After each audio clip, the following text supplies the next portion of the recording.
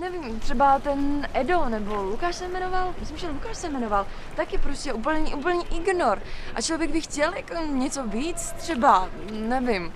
Nebo Honza, pamatuješ si na Honzu, toho, co jsem potkala minulý týden, myslím, že na té akci, tak ten se... Daní, no, halo, Daní.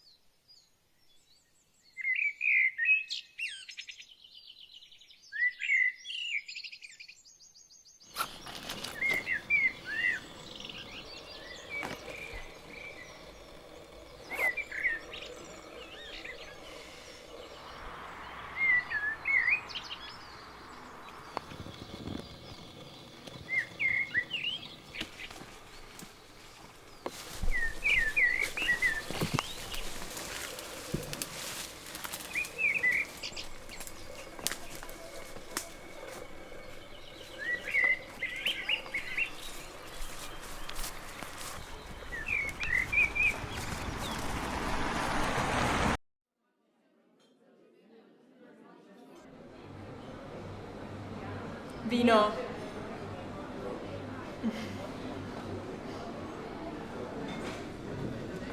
Musím ti něco říct. To zní vážně. Já jsem se dnes vzbudila uprostřed lesa. S kým jsi vyspala? No, právě že s nikým. Já jsem se probudila úplně sama. Je divný. No, to je strašně zvláštní. Vůbec nevím, jak jsem se tam dostala. Pamatuju, že jsme byli včera v centru a pak nic, pak mám okno.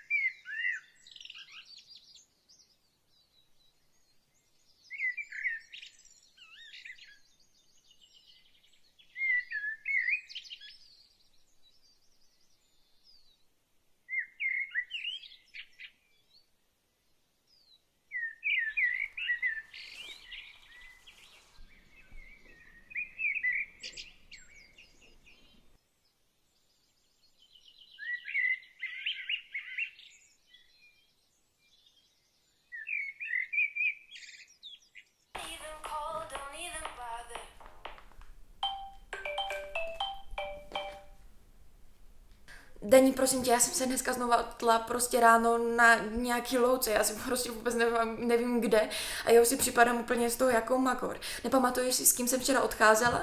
Ne, já jsem šla první. Ty jsi odcházela první. A nebo s kým jsem se bavila aspoň? Se svým telefonem. S mým telefonem, paráda. Nevím, já už mám fakt z toho děs, já si připadám, jako kdybych měla halucinace. Nevím, asi bych měla přestat chlastat, anebo asi bych měla přestat chodit na party.